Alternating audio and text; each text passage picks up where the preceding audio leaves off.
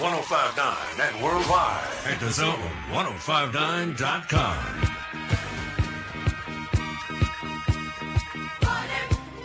Hey, Friday. Yeah. We made it. Well, sort of. Thank God it's... You kind of sort of made it to the weekend. Welcome in. Here we go with you on this Friday edition of the show. In the Bureau, the Farm Bureau Insurance Studio. Farm Bureau, go! With the home team. They are your home team at Farm Bureau Insurance across the great state of Mississippi. Your hometown heroes, that's your local Farm Bureau Insurance agents. How y'all are? Welcome in. Lots of ways for you to be a part of the show. Text me, call me, comment on the live stream. I'm sorry I had to miss yesterday, but it was good. It was good, and now we're back. And that means we got to make up some time today. I don't think there was any huge news. Just speculation, and that's it. But no actual breaking news on the conference realignment or scheduling or SEC football front yesterday. But who knows? It's a new day, and it's only halfway through the day. Anything can break, pop up there at any time, and it might do it. And we're here for you. So I don't think there's anything like breaking on that front. However, we have 3 teams to do today. To learn a little bit about on our countdown of 90 teams in 90 days. So today is, hold on.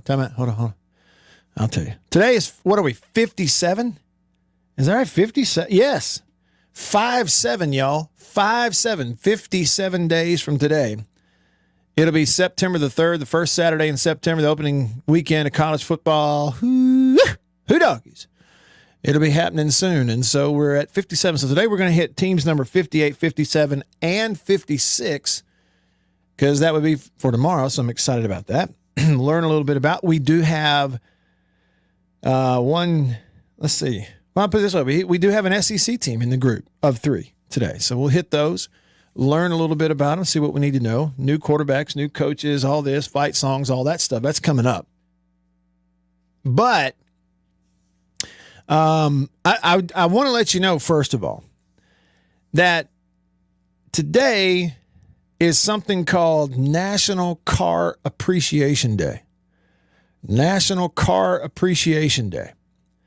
My question for you is, do you remember the very first car you ever owned? Now, certainly different kind of answers coming from old folks. Got my hand up here. Versus the young folks out there. I'm just wondering if you remember. I would love to know if you do. What's the first car you ever owned? We'll do a quick poll. First, though, let me remind you, you can be a part of the show. As I said earlier, call me on the Davini phone, Davini Equipment, Madison and in Jackson, 995-1059. It's a 601 number, 995-1059. So I get to hear your voice. Call me that way. Or you could text me on the Country Pleasing text line. It's a 601 number, 885-ESPN or 885-3776. So, and if you're watching the live stream, you can text, but you can just comment right there. Pop it up on the screen for me. If you're on YouTube or Facebook, type in your comment, hit it, and I'll be able to see all of it. See, here's what I mean if you're watching. Sven from all the way in Germany, Berlin, Germany. It's nighttime over there. Or almost anyway. He says, Hail State, everybody. He said, I ever tell you all Americans are crazy? What the heck is National Car Appreciation Day? He said, last time it was Fried Chicken Day. And today, cars. Every day is something over here, Sven. Today, you're right. So let's see. Today's Friday. So Wednesday was National Fried Chicken Day. And we even had somebody with the gall to text into the show on the Country Pleasing text line. I believe it was White Denzel, and he told me that the Junction Deli in Philadelphia actually has better spicy chicken strips than Popeyes. He had the guts to actually say that on this show. I haven't had the spicy chicken strips from the Junction Deli in Philadelphia. Maybe they are better than Popeyes. I just know, like, it's impossible to keep a hat on your head when you eat Popeye's spicy chicken strips because your tongue will knock it right off. Okay? just to illustrate to you how good they are. So, yeah, Wednesday was National Fried Chicken Day. This is National Car Appreciation Day. Yes, we have one of those. And by the way, and Tony said he likes my shirt. Thanks, Tony. Got the M over S baseball logo there for you. Got the how about my hat though? You like my country pleasing hat? You can get one of those if you go to Country Meat Packers in Florence. Okay, so Hardy on Facebook. His first car, a 1967 Fairlane. That would be a Ford Fairlane. Don't I have that right, Bill? It was a Ford, wasn't it? That is correct. Okay. Hey, Bill. Good Yes, Friday sir. to you, sir. How you doing on Friday? I'm doing good. How about you? Just right. Do you remember, Bill, the first car you ever owned? Let me see. Memory banks. I need to kick those in here. I can hear it right I now. It's do. like the old, I do. your memory Yeah. bank's doing like the old dial-up internet. It's going beep, beep, beep, beep, beep. Actually, it's more like Alexander Graham Bell going, Mr. Watson. No. Yeah, it was. I paid $80 for it. It was a 1966 Chevrolet, and I can't remember the model, but it had the big fins on the back. Oh, wow. It was about 20 feet long, Okay. all metal dash, no seat belts, and you could get about 10 people in the trunk when you went to the drive-in. Hold on. How's You that? didn't sneak people in the drive-in, did you? Oh, yes, sir, I did.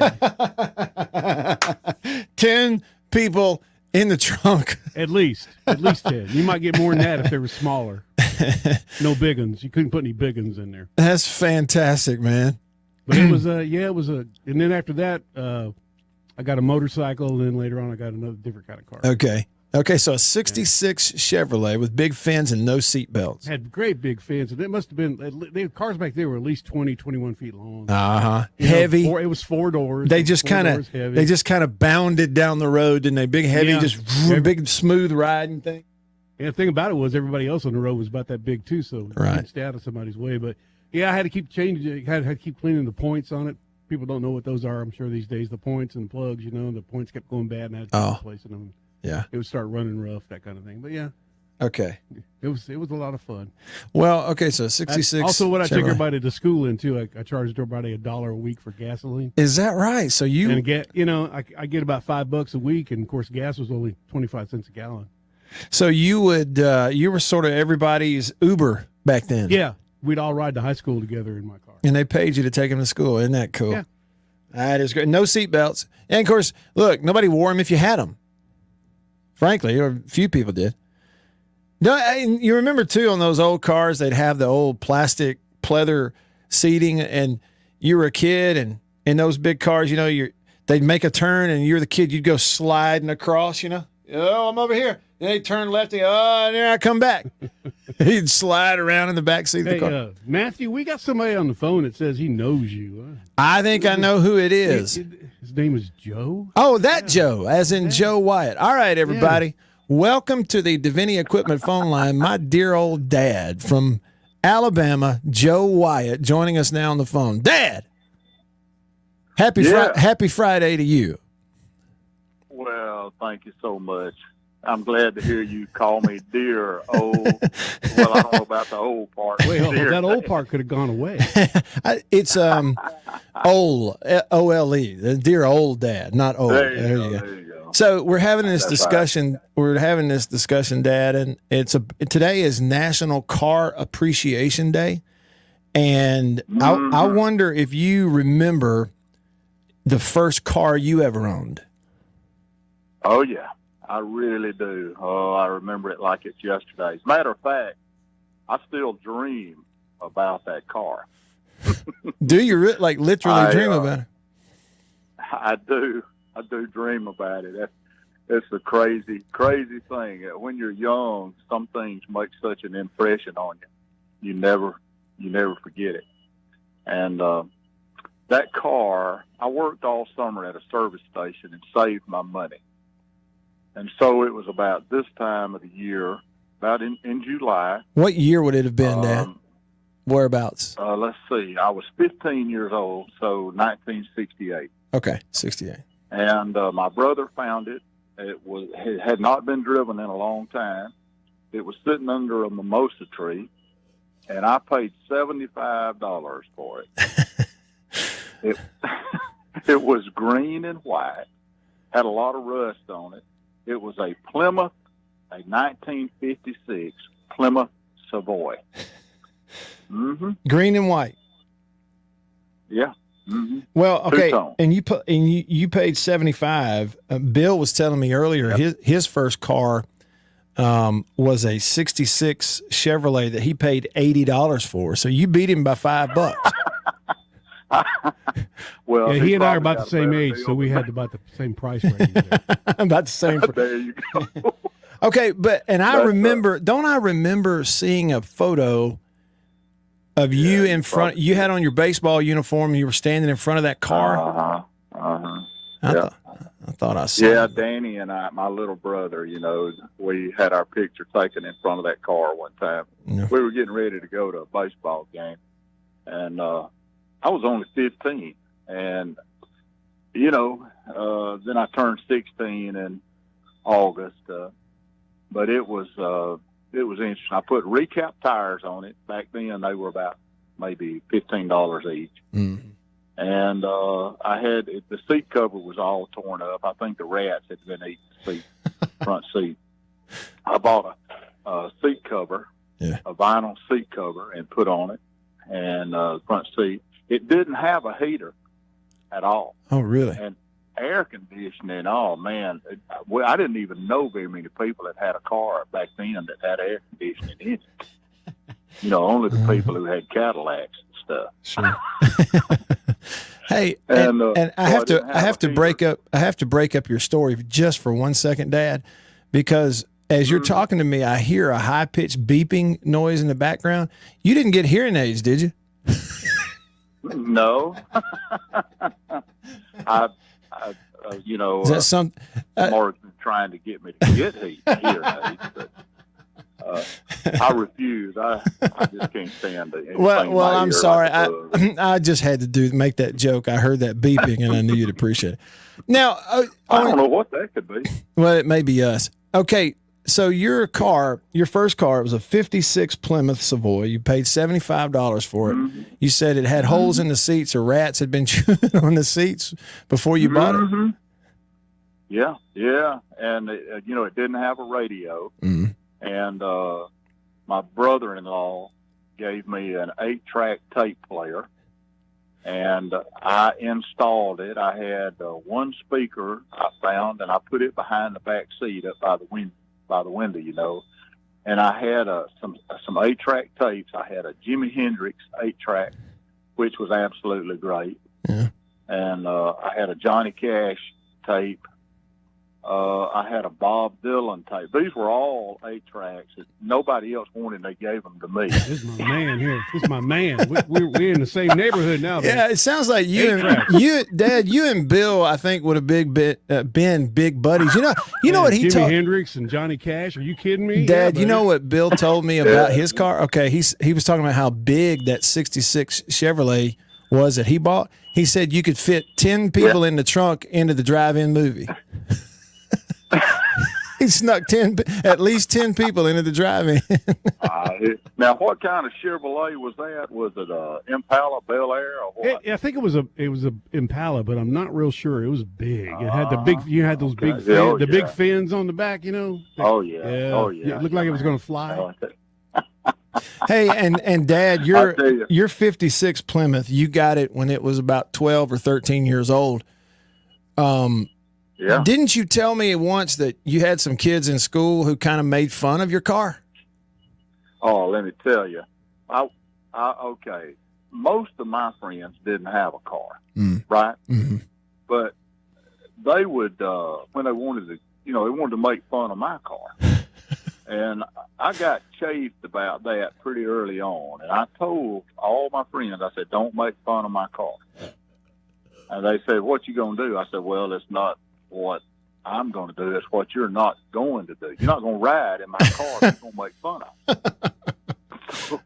And then I had to demonstrate that I meant business. I told one or two, you can't. Hey, look, my second car it was a 59 Chevrolet, and I went to college with it. I had people that wanted it at college. They didn't have cars then.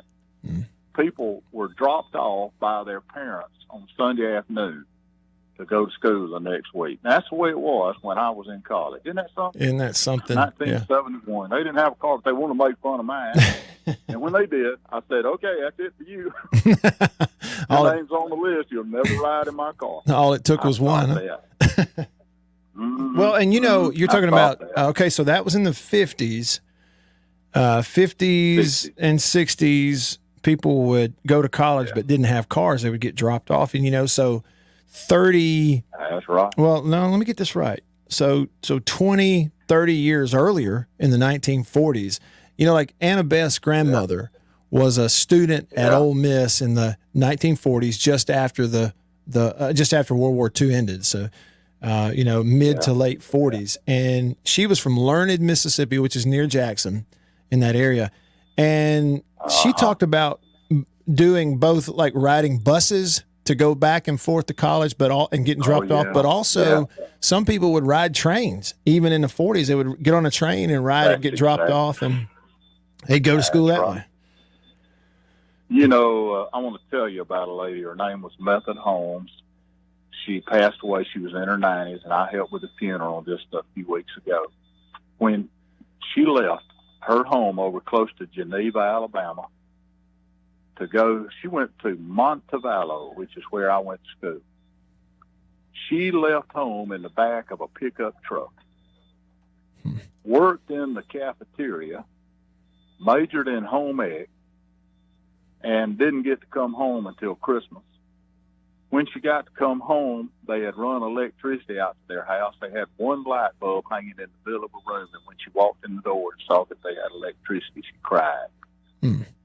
She had to, when she got home, somebody dropped her off. She had to walk about 2 miles to get to the house. Now, listen, those were different days. Yeah. Those were different days. They were different, yeah. So when they finally got to where they could get cars, don't you know it really meant a lot to them. Mm-hmm. Oh, yeah. It just, you know, having to depend, just no transportation, really. Yeah. But anyway, this is a way a lot of people left home. They rode a bus. I knew two older ladies. One of them taught school for 60 years in Chilton County, and she and her sister got on a bus and went to Livingston. Didn't know a soul there. All they had was enough money to get to Livingston. Didn't know what they were going to do, and they both graduated from school, and the rest is history. Isn't that something? Amazing, isn't it? Yeah, it really is amazing. Yeah. Well, and we probably do take our the availability of vehicles and stuff for granted now. I'll tell you this, Dad, and kind of taking off the old chip off the old block. I was thinking about the car situation. You know, yesterday I had to take one of our vehicles and leave it at the mechanic, okay, because it won't run right. So we've got one vehicle that will work. Well, I was telling somebody yesterday about a trip that I was going to have to postpone.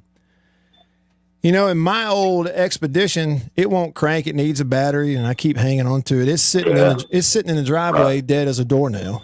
And I said to him, I said, I can't come and see you. We've got 3 cars, and only one of them will work. And there was a pause, and I texted him. I said, "Am I a redneck?"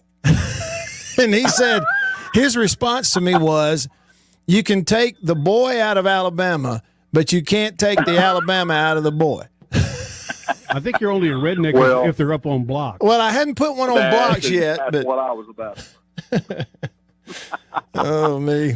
It's coming. You're going to need those tires soon, and you'll take those tires off and put it up on blocks. That's it. Tires on some other vehicle. Well, look, I'll be honest. If somebody comes by today and makes me an offer on those 4 tires, they can help me put it up on blocks and write me a check. That's right. Well, do you remember a car I bought you to drive when you were about 16? I remember. You got about 16? Yes. It was a gray Pontiac 6000. Yes, and it would look pretty rough. The paint was in bad shape. Yeah, the paint was oxidized and rusted in a few places. You know what I remember about that car, Dad? What's that? You know, I started dating a girl there at about that time, and I was playing ball and I was driving it to and from football practice. And then in the preseason, we had a Friday practice at Prattville High School, and they were not going to make us practice the next day. I was so excited to get out of there on Friday afternoon. I went to the car, took all my stuff off, pads, pants, shoulder pads, helmet, threw it all in the trunk of that Pontiac 6000. Went home. The next day, Saturday night, over 24 hours later, I go to pick up my girlfriend. She gets in the car. She says, Matt, what is that smell? What's that smell? I said, what smell? What are you talking about? She said, something's dead in here. I said, roll the window down. It ain't that bad. And then it hit me. All my pads, my shoulder pads soaking wet with sweat, my helmet, jerseys, shoes, football pants are still in the trunk. They've been sitting in the trunk in the sun, marinating back there for 24 hours. Sour. Yeah. Terribly sour. Needless to say, by the time we got to the restaurant where we were going to eat, her hair was all messed up from riding with the window down in that Pontiac 6000. Oh, yeah. Dad, it's good to talk to you. Look, enjoyed talking with you always. Yeah, we'll do it again soon. Love you too, Dad. More memories soon. All right. Enjoy the movie. Yeah, he stepped out of the movie theater to give me a little time. National Car Appreciation Day. Attaboy, Bill. Mustang Sally to the break. Just getting started. Stick around.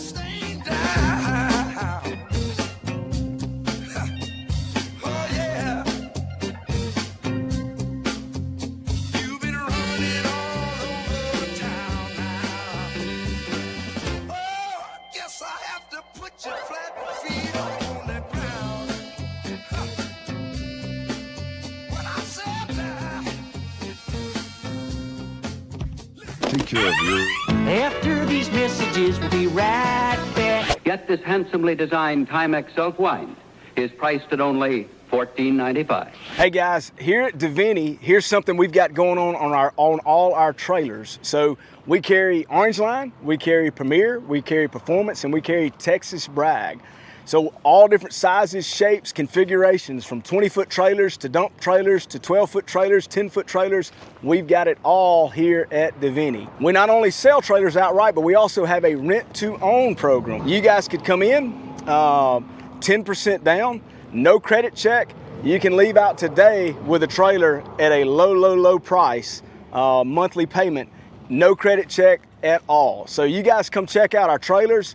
We have a lot of them here, and they're ready to go. In insurance, it's our job to handle storms. And though coronavirus is a storm different than most, the agents, adjusters, and employees at Farm Bureau Insurance stand ready to extend a hand, love our neighbors, and work earnestly to serve our customers and communities. Our mission hasn't changed, so our work does not stop. If you need us, call your local agent, use the claims hotline, or visit us online. Be safe, stay healthy, keep Mississippi strong, and go with the home team. I don't like to say house divided. I like to say we have best of both. Growing up in Alabama obviously puts college football in your lap at an early age. You know, you go to even preschool and kids are like, who do you pull for?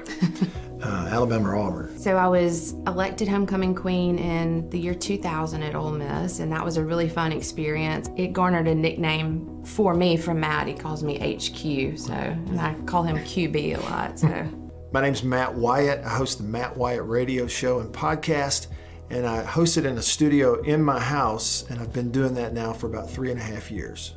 We used to have cable. And the biggest issue was when there would be a disconnect, and at times it would do that. I'd be mid-sentence, we're in this big discussion about some ball game, and it's gone. Annabeth can tell you, my excitement was genuine when I started seeing the C-Spire trucks up and down the street. And like a kid on Christmas morning. He's like, did you see that? C-Spire is in the neighborhood. So the day that he installed that, I started uploading. And I watched those 6 audio files go, just one after the other. And it's taken away a lot of the little stressors that would add up. And it's just made everything better. Thanks, Bill. Thank you very much. Thanks, homecoming queen. Good to see you. Country Pleasing Sausage. It's the best I've ever eaten, and I believe you'll feel the same way if you try it. Some of my favorite flavors are jalapeno and cheddar, pepper jack and green onion, and of course the original smoked sausage flavor. Look for Country Pleasing in grocery stores and Walmart all over the Southeast and online at countrypleasing.com. New King James Bible, Matthew chapter 4. What is a follower of Jesus? Matthew chapter 4, 18 and 19. Terry Fant, the pastor at Hickory Ridge, said this, and I think he's exactly right. Verse 18, and Jesus, walking by the Sea of Galilee, saw two brothers, Simon called Peter, and Andrew his brother, casting a net into the sea, for they were fishermen. Then he said to them, follow me, and I will make you fishers of men. They immediately left their nets and followed him. Follow me, and I will make you fishers of men. So if you and I are following Jesus, what does it mean to be a follower of Jesus? We're following his teachings. We're studying that. We look to him for everything. We understand who he is, the magnitude of what he is and what he's done for us. But he says, follow me and I will make you fishers of men. And kind of like Terry said, if you're not fishing, you're really not following. Think on that today. Oh, yeah. There it is. National Car Appreciation Day. And that's the one I thought of, Bill. That one right there. It's the one I thought of.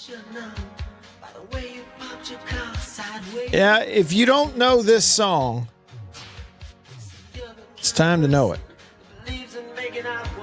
Hey, Billy, they're probably going to mute me on Facebook for this. I don't care, though. I just don't care.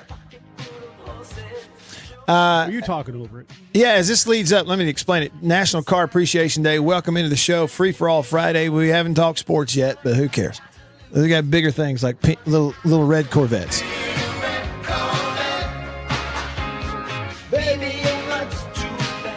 Little Red Corvette, Prince. Yeah, so songs about cars, National Car Appreciation Day. We've established several things. One is that I have a thermos full of coffee from High Point Roasters in New Albany, Mississippi. Go to highpointroasters.com. You will not regret it if you are a coffee lover. If you are not, go there, get some. You will be soon. We've also established Bill's first car was a 1966 Chevy, big enough to fit at least 10 people in the trunk to sneak them into the drive-in movie. And we talked to my dad, Joe Wyatt from Dothan, Alabama. Dad's first car, he bought it when he was 15 for $75. A 56 Plymouth Savoy, green and white. Holes in the seats, rats have been chewing on it. I can't believe we had the same 8-track tapes. Yeah. I had Jimi Hendrix, and I had Neil Diamond and stuff like that too. But you know. Okay, so he said Jimi Hendrix, Bob Dylan, Johnny Cash. Yeah. He said there were some that somebody else didn't want, so they gave them to him. He had to install the 8-track player in there himself. I did that too, and you hooked it up to there was one that you could get that would hook up to your radio. You could use the knobs on the radio to turn it up and down. You know? Right. How about that? Not in stereo, of course. Hey, and look at some of these answers. Look at some of these answers on the text line, the Country Pleasing text line. Country Pleasing sausage on grocery store shelves throughout the Southeast. I ought to call Henry Cooper right now from Country Meat Packers, a Country Pleasing sausage, and ask him if he remembers his first car. I bet he does. Handyman texts the show at 885-3776 says, Bill's car sounded like a Chevy. How do you say that? Biscayne? Yeah, it could have been. I don't know. It's been so long ago, man. I mean, I never heard of that.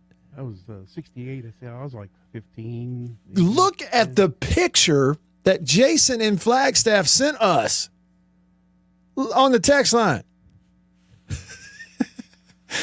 This man is posing for a photo. I'm talking biceps and triceps and all. He said, it's my second car. My dad and I had to rebuild the whole thing. It's an 83 Buick Regal that had a 72 455 in it. Engine rebuilders in Tupelo hated us for about six months because that's a pretty car there. That's pretty. Because they couldn't get Buick motor parts in a timely manner. He looks pretty cool, like he's ready, huh? He's ready. Got them shorts on there and socks on with the tennis shoes. He's ready. Hog Jowl texts the show. He says, my first car that I owned was a 40 Plymouth with a 6-cylinder with a whopping 84 horsepower. Throttle was on the dashboard. What? A 1940 Plymouth. What does that even look like? What was that Jerry Reed song? Lord, Mr. Ford, I just wish that you could see what your simple horseless carriage has become. Those are some lyrics to a great song. Coop in Gluckstadt. Songs for the break. Dan Seals, My Old Yellow Car. I don't know that one. Okay, he says, this is my first car. It's a 67 Mustang. I got it when I was 14 in 1984. It's a picture of it out at Live Oaks from last fall. Look at that. So it's, wait a minute, time out. Coop in Gluckstadt. You're telling me the same car that you got at 14 in 1984, you still have it? That's the same one, and you've kept it fixed up all these years? Look at that car. Thibodeau, 1989 Ford Bronco. Drove it in high school, mid to late 90s, and spent 2 years in Starkville with him. How about that? That was his first one. Don, he said, as I recall, my first car was a 1970 Chevrolet Impala, brown and black body. Brown and black is a color scheme you don't see much. MSU 1980. Matt, you won't believe it. He says he was thinking about his first ride just before he turned on. It must be karma. Back in 73, it was a 1959 F100. It was his father's old hand-me-down. MSU 1980 remembers that he told him he paid $1,800 brand new. 3-speed on the steering wheel. One backlight, only thing on the dash was the odometer, gas gauge, which was broken, and a speed gauge. And thanks, MSU 1980. He enjoyed hearing from my dad on the show.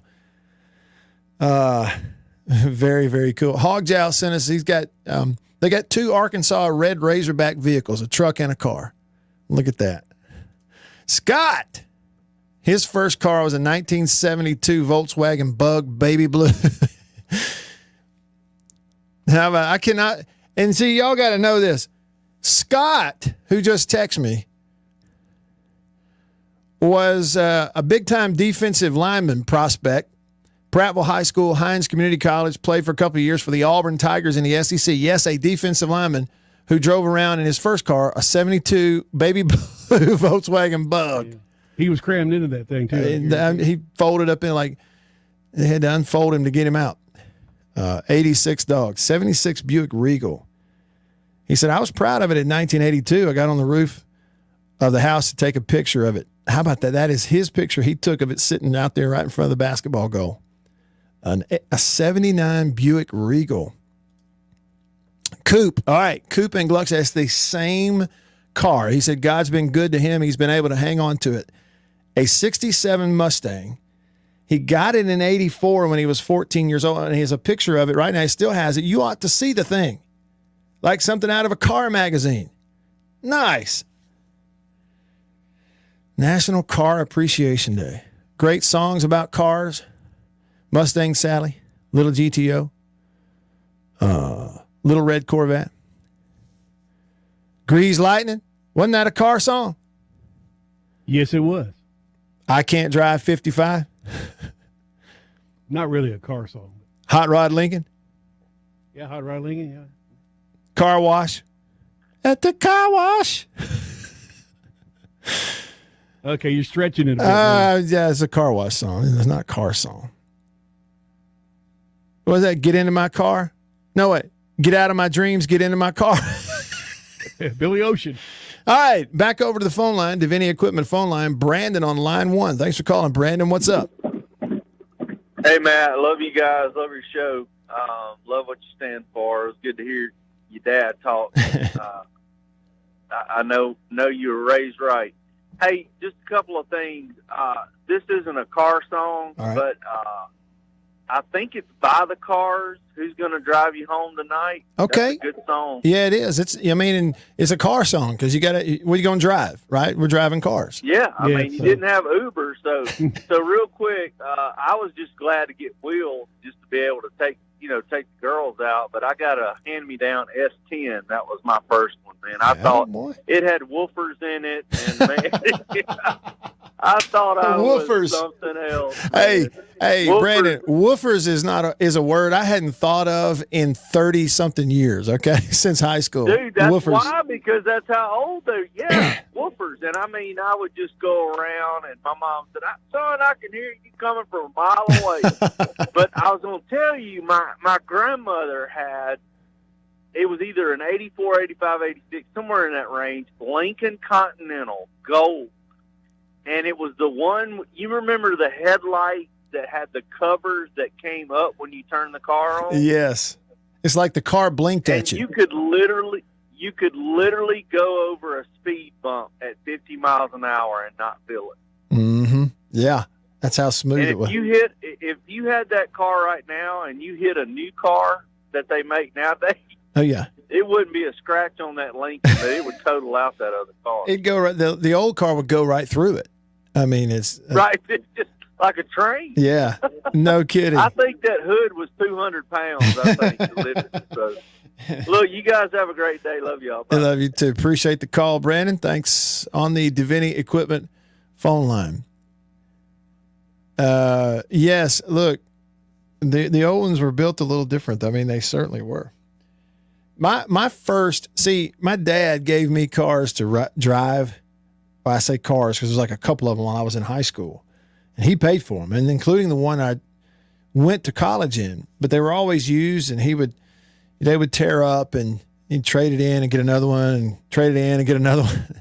And it was always just kind of piecing together to make sure we had transportation. There was no such thing as let's just go buy the car, you drive it for 10 years, call it a day. We didn't do that sort of thing. So I had a bunch of different ones.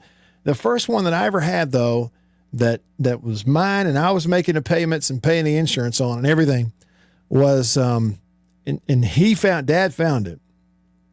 And it was a single cab F-150 with a toolbox. It was gold colored, and it was a 5-speed. Okay, so it was a F-150 pickup, single cab, beautiful paint job, that gold champagne kind of color with a toolbox on it. But it was a 5-speed, and I can't remember the year model that it was.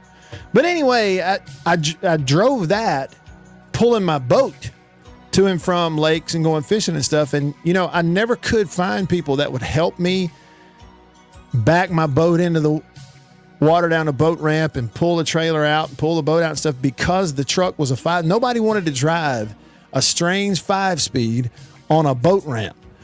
And eventually I got rid of that and got some old big SUV that was a lemon. But anyway, who's going to drive you home? Attaboy, Brandon. It's drive by the car. Drive by the cars. National Car Appreciation Day. We'll see where this goes. Stick around.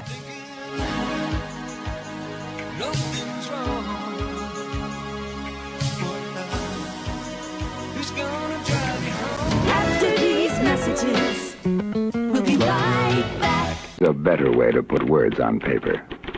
A remarkable electric typewriter, the IBM Selectric. This is what makes it different. An ingenious printing element that works faster than the eye can see. What is a follower of Jesus? Matthew chapter 4, 18 and 19, verse 18. And Jesus, walking by the Sea of Galilee, saw 2 brothers, Simon called Peter, and Andrew his brother, casting a net into the sea, for they were fishermen. Then he said to them, "Follow me, and I will make you fishers of men." They immediately left their nets and followed him. Follow me, and I will make you fishers of men. We look to him for everything. We understand who he is, the magnitude of what he is and what he's done for us. But he says, follow me, and I will make you fishers of men.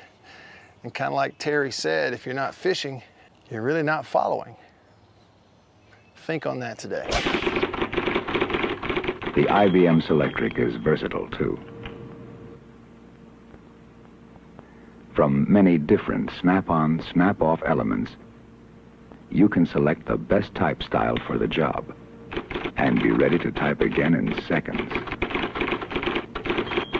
Country pleasing sausage. It's the best I've ever eaten, and I believe you'll feel the same way if you try it. Some of my favorite flavors are jalapeno and cheddar, pepper jack and green onion, and of course the original smoked sausage flavor. Look for Country Pleasing in grocery stores and Walmart all over the Southeast and online at countrypleasing.com. My favorite coffee in the world is from High Point Roasters in New Albany, Mississippi. My friend Dan the Coffee Man and his crew keep me caffeinated with the best flavors and blends that you're going to find anywhere, like Campfire Blend, Magnolia, and the classic New Albany Blend. Try it. Go to highpointroasters.com today and order some. You won't regret it. Hey guys, it's Jonathan over here at Davini. Just going to show you a new tractor we just got in. So not only do we offer a full line of Kubota, New Holland, Toro, new equipment, we also carry lots of used stuff. So we just got this one in. This is a Kubota M7060 low hours, even got Bigfoot on the side of it. Not only new stuff, we do carry a lot of used equipment that goes through our shop, save some money, from buying something new. But check us out on our website, www.davini.com. We keep a full list of everything we've got used on there, as well as some new specials too. But yeah, check us out, man. Check us out if you guys are looking for something used. After these messages, we'll be right back.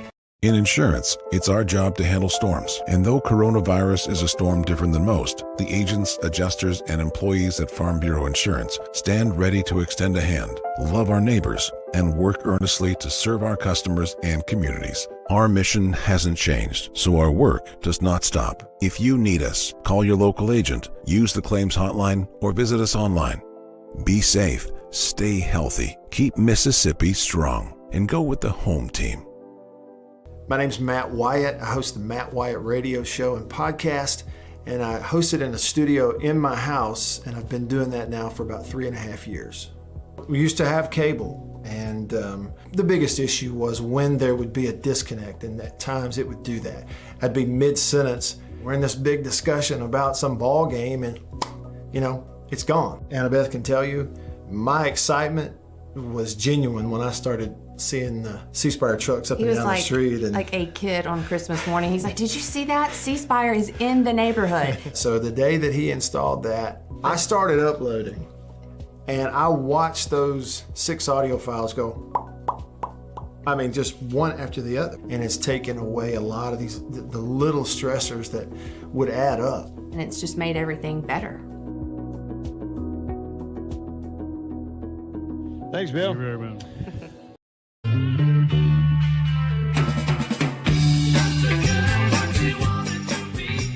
Oh yeah, come on. So what song we have here, Bill? This is Drive My Car by the Beatles. Drive My Car. There you go, by the Beatles. Yes, sir.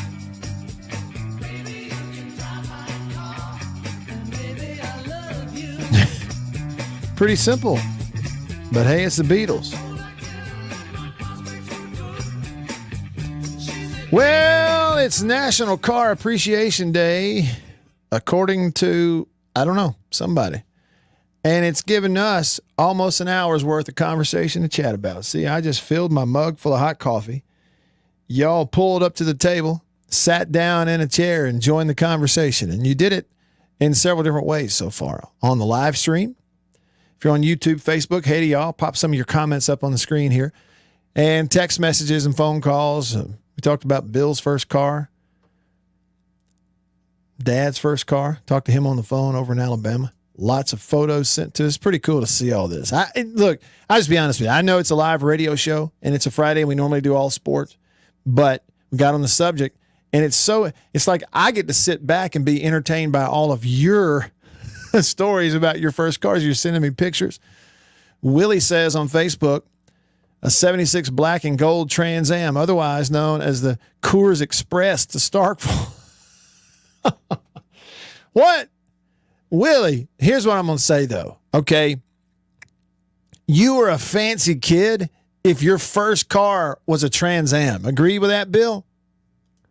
Yeah, he fancy. You're a fancy kid now. If your first car, mom and dad bought you, I'm not saying they did, but if they did, we all had those, right? We knew kids. Mom and dad bought them a little sports car as their first car. I'm just saying, nothing wrong with that. That's cool.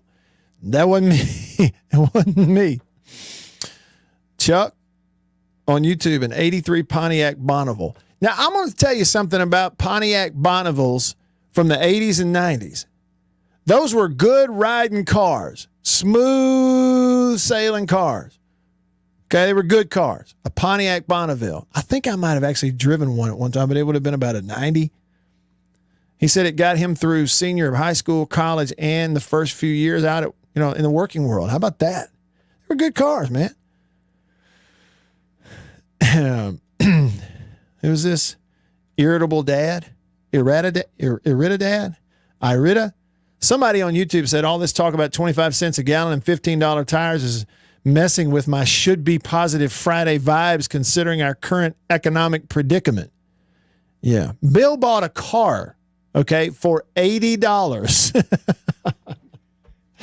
And I remember the retreads, too. We used to call them Maypops. Because they may pop. Yeah, because they may pop. Maypops. Look, it's a whole hour of car stuff. I don't care, whatever. And I'm not even a car guy, but I have a great appreciation for all this. It's fun. Dat Boy says his first vehicle was a 1990 Toyota 4Runner. He paid $500 for it, and it had 400,000 miles on it. And only 5 of the cylinders worked. Hey, but you bought it, and it got you down the road, didn't it, Dat Boy? Hey, here's another thing, Bill. Like in high school, and even in college, but especially in high school when you're young, you know how to identify kids who had cars that they weren't paying for and that they certainly weren't buying the tires for it? Yeah, you could tell. Because they were the ones that would peel rubber and throw Leave smoke it in the parking lot. Yeah, they were showing out, hitting the gas and peeling their tires and squalling them, and because they weren't buying those tires. Yeah, all of us riding on Maypop. You could do that. And you had to be careful. Like that guy on that movie, No Time for Sergeant, said, be smart. And if you can't be smart, be careful. And then he started laughing. Ed says his first car was an 89 or 90 Mitsubishi Montero. Oh, yeah, I know about all those. The front end of one and the back of the other. Oh, wait a minute. It wasn't an either or. He says his first car was an 89 and a 90. Mitsubishi Montero. The song by Johnny Cash, One Piece at a Time. Yeah. One piece at a time. Didn't cost me a dime. That's right. The front end of the 89 and the back of the 90. Stick them together. He paid $400 a piece at the junkyard, put them together, built a car, got him down the road. Hey, what is that, an 89 or a 90? Yep. Which one? Uh-huh. Unnamed texter said, and he's got me a picture. That is an awesome classic pickup truck. 72 Chevy C10. It was his granddad's, his dad's, and now his. His granddad bought it from his brother's dealership in New Orleans. It is orange and white. Look at that thing. That's awesome. Just think, I don't know who you are, but just think if you had an actual accurate list of all the things that have ridden in the bed of that 72 pickup truck. Wouldn't it be cool to look through it? Brown Hornet.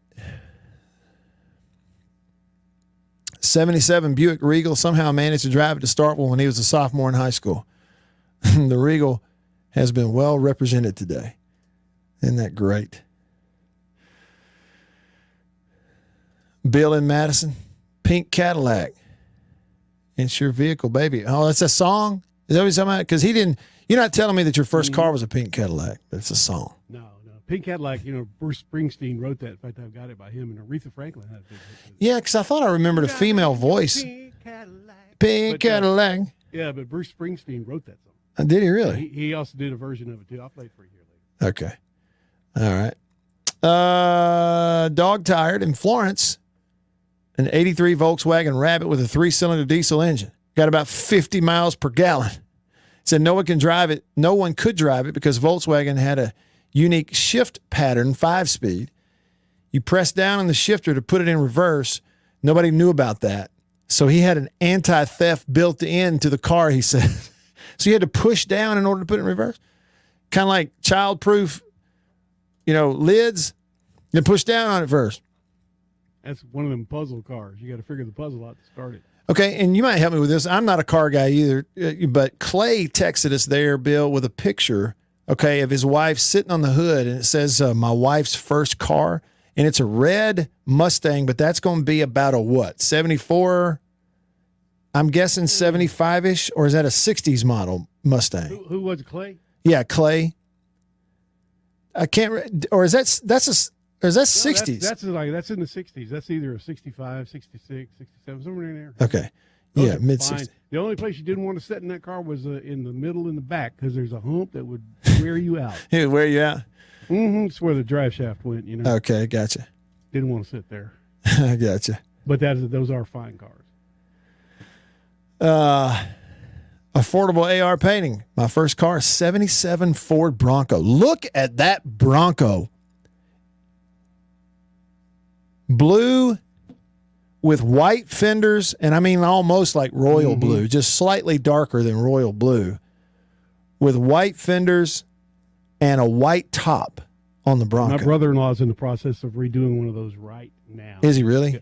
They're getting ready to. He took it all the way down to parts, and Yeah. then putting it all back together, painting it. And getting all the rust off. See, and I'll have to get a picture when he gets it done. Well, I'd like to see it. And that picture of that Bronco, again, blue, white fenders, white top, and you notice he's got the white wheels to kind of match it. That's good looking right there. Ed, his first car was an 89, and okay, got it. I read it earlier. He put two cars together, an 89 and a 90. It had 256,000 miles on it when he got it, and he sold it with 485,000 miles on it. For $800, the same exact amount that he paid for it 200,000 miles earlier. Yeah, but which part of it had the 256? One part could have had this kind of mileage. That's one true. Part could have had, That's true. Dog Tired in Florence wanted to tell you, Bill, that he remembers Maypops. Yeah, buddy. He said, but another funny adage, you had to spray with mosquito spray so that they wouldn't pop the tires. That's great. Yeah. I guess they still sell retreads. Every once in a while, you'll see them on a big 18-wheeler. They sell a lot of them for 18-wheelers. That's great. Reggie on YouTube says his original vehicle was a 68 Chevy Impala, two-door, with a half vinyl top, but his grandmother finally got him an 88 Toyota Tercel. The passenger side rear view mirror and a cassette radio were extra. How about that? And he says Fred Hadley and he rode a lot of miles in that vehicle. So Reggie must be from the Tupelo area, because Fred Hadley, of course, Tupelo guy, and went on and played at Mississippi State, and he's back around here now. And I'll tell you this. So Fred was playing receiver at State in the 80s. You ought to see him now. Right now he could play at State. He's in that good a shape.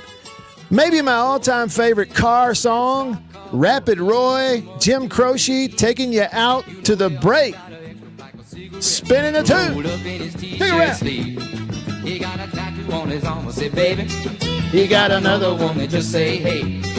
Whatever Sunday afternoon he is a dirt track demon in a 57 Chevrolet. Oh, Rapid Roy, that stock car boy. He's the best driver in the land. He say that he learned to race the stock car by running shine out of Alabama. Oh, the demolition derby and the figure eight. It's easy money on the bank. Compared to running from the man in Oklahoma City with a 500-gallon tank. Oh, Rapid Roy, that stock car. After these messages, we'll be right back. Nowadays, more families than ever before are saving their good times in movies. And now Kodak has made showing your movies even easier with the new Brownie automatic movie projectors.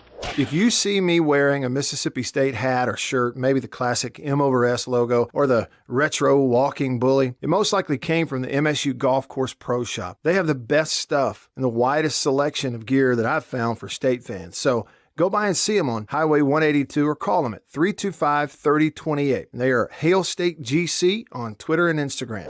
They thread themselves automatically. Watch.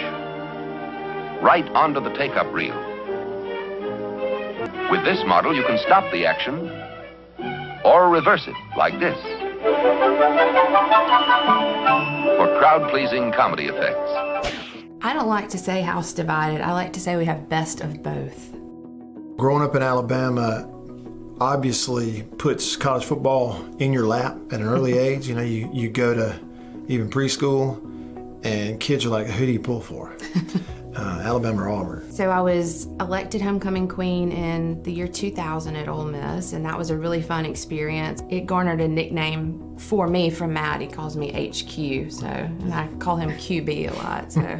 My name's Matt Wyatt. I host the Matt Wyatt radio show and podcast, and I host it in a studio in my house, and I've been doing that now for about 3.5 years.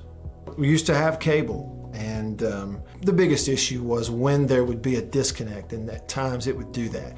I'd be mid-sentence, we're in this big discussion about some ball game, and you know, it's gone. Annabeth can tell you, my excitement was genuine when I started seeing the C-Spire trucks up and down the street. And like a kid on Christmas morning. He's like, did you see that? C-Spire is in the neighborhood. So the day that he installed that, I started uploading. And I watched those 6 audio files go, I mean, just one after the other. And it's taken away a lot of these, the little stressors that would add up. And it's just made everything better. Thanks, Bill. Thank you very much. Thanks, homecoming queen. Good to see you.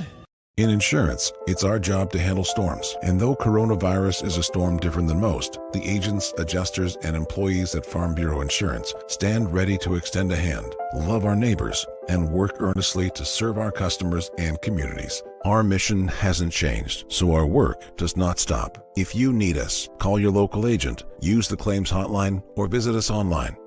Be safe, stay healthy, keep Mississippi strong, and go with the home team.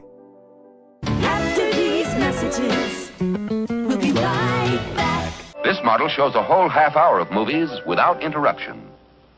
This one weighs less than a telephone. But don't let that compact size fool you. It shows your movies sharp and clear. Prices start at less than $55 or as little as $6 down at most dealers. Another new thing we've got here, and you can see I'm in a zero-turn lawnmower, but a little different on this one. Instead of just a canopy, we have a full cab. Air conditioning. We just came from outside. It's hot.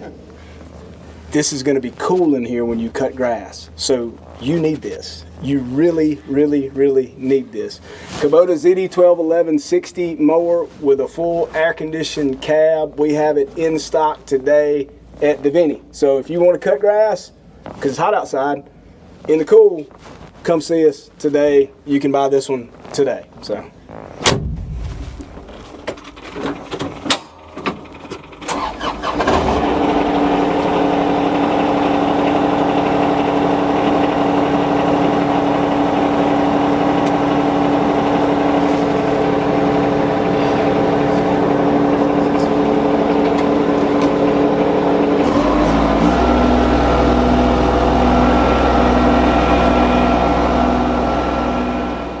What is a follower of Jesus? Matthew chapter 4, 18 and 19, verse 18. And Jesus, walking by the Sea of Galilee, saw 2 brothers, Simon called Peter, and Andrew his brother, casting a net into the sea, for they were fishermen. Then he said to them, follow me, and I will make you fishers of men. They immediately left their nets and followed him. Follow me, and I will make you fishers of men. We look to him for everything. We understand who he is, the magnitude of what he is and what he's done for us. But he says, follow me and I will make you fishers of men. And kind of like Terry said, if you're not fishing, you're really not following. Think on that today. Country Pleasing sausage. It's the best I've ever eaten, and I believe you'll feel the same way if you try it. Some of my favorite flavors are jalapeno and cheddar, pepper jack and green onion, and of course the original smoked sausage flavor. Look for Country Pleasing in grocery stores and Walmart all over the Southeast and online at countrypleasing.com. So if you're looking for a big skid steer, we've got it. So this is the New Holland 362C machine. 16,000 pounds. It is an absolute monster. Everything on the inside is digital controls. We've got this one configured with a Lofness 71-inch high-flow cutter head. So you can go out and maintain property, trees, brush, underbrush. It will absolutely do the job for you. So if you're looking for a big skid steer with a cutter head to go out mulching, we've got you covered. Come see us. BABBEL.com. WRKS Pickens Jackson. We are good to go. With more of the Matt Wyatt Show. Coming to you direct and live. At the Zone 105.9 and worldwide. Now, here we go. At the Zone 105.9.com.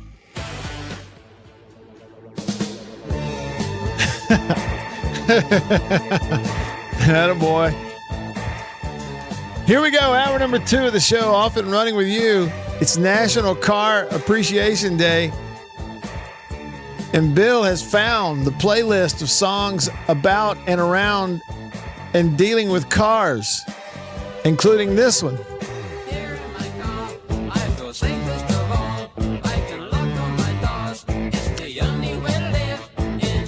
The only way to live in cars.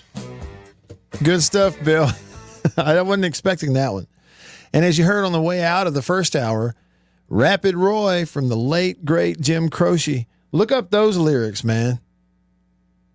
Look up those. Rapid Roy, that stock car boy. He's too much to believe. Always got an extra pack of cigarettes rolled up in his T-shirt sleeve. Got a tattoo on his arm that says baby. Got another one that just says hey. And every Sunday afternoon, he's a stock car demon in a 57 Chevrolet. Welcome back to the show.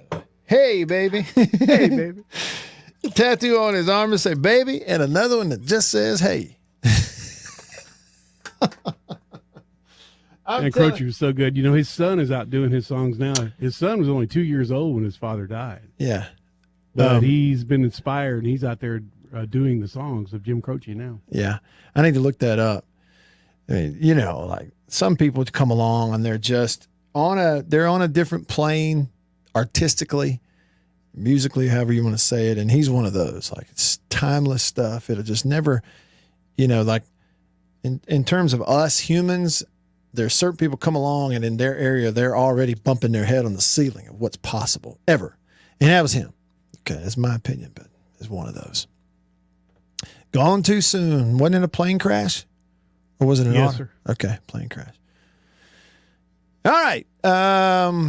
Here we go. So, and thanks to everybody who tuned in the first hour and your memories and chiming in, your first car you ever had. And that was a lot of fun.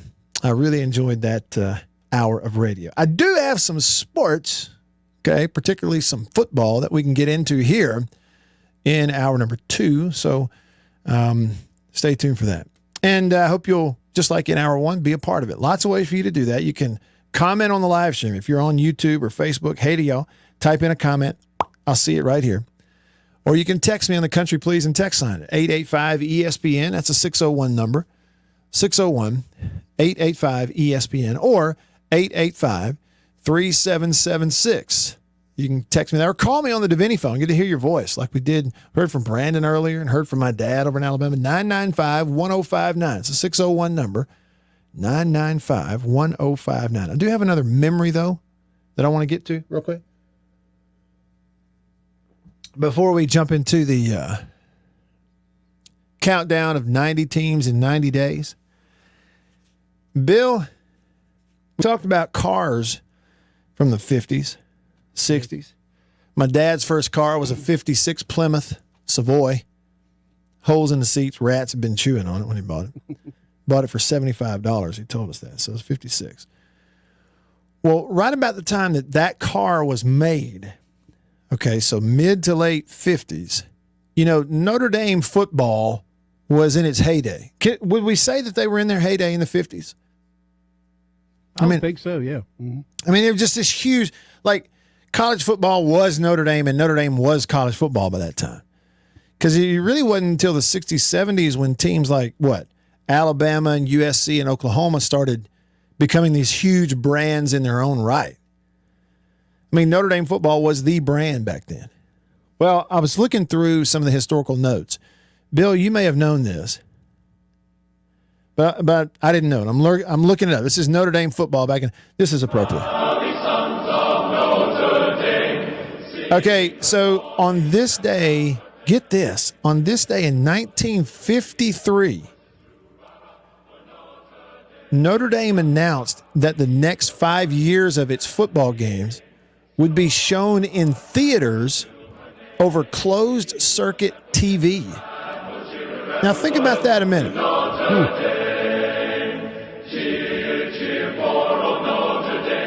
So we're talking about in the 50s, and Bill, it says that they announced it in 1953, so the next 5 years would have taken them up to 1958, and that their football games were going to be actually shown in theaters on closed circuit TV. So I thought, now hold on a minute. How are they doing it? So I looked up closed circuit TV. And that's like surveillance cameras now, right? Are you familiar with closed circuit at all? Yeah. So you kind of know what we're talking about there. Yeah. So, Bill, are they saying they would live broadcast Notre Dame games in theaters, like movie theaters? Probably so. They probably would had the cameras mounted there at the stadiums and just picked it up and just fed it. I don't know how they had to have used phone lines back then. Yeah. To the different markets where the theaters could pick it up. And yeah. So, of course, now I was born in '53, so I wasn't really around for much of this. Right, but that's what I'm saying. Just the technology, because when you look up, when you look up closed circuit television, what it says, the first thing you see is security. Okay, so CCTV, closed circuit television, CCTV, also known as video surveillance. Right, which is what everybody used to call it when it was they put it into malls and stuff. They would call that closed circuit television. Right, CCTV. Yeah. The use of video cameras to transmit a signal to a specific place on a limited set of monitors. It says here, okay, it differs from broadcast television in that the signal is not openly transmitted. Right. It's done another way. Though it may employ point-to-point, P2P, point-to-multipoint, or mesh, wired, or wireless links. And that would be obviously more modern if it's wireless. Yeah. They could have been using, like our modern microwave, or we call it studio transmitter links now that we use to get from one place to another.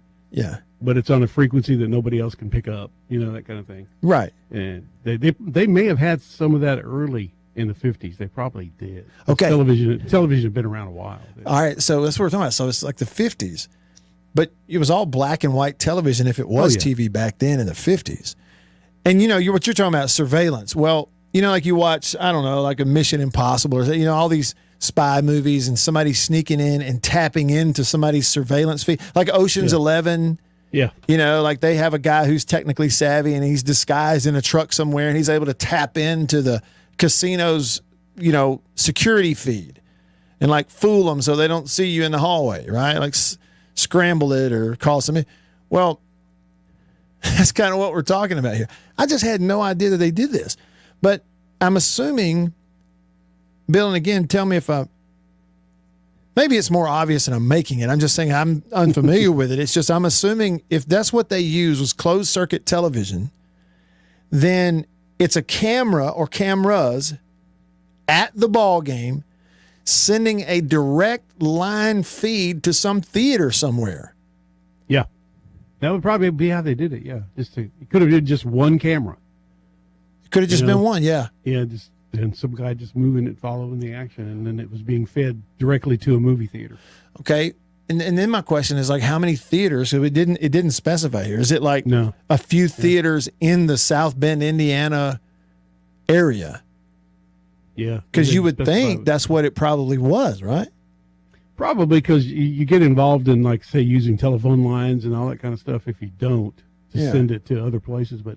If they had the money to do that back then, they probably would have done it. Notre Dame probably did. Well, they probably did, and frankly, in that era, but even in the modern, if there was anybody who pulled off stuff like that and could, it was Notre Dame. Well, they threw the first forward pass, so I guess they could do that too. They were always thinking ahead, weren't they? Mm-hmm. Anyway, I just had never heard that.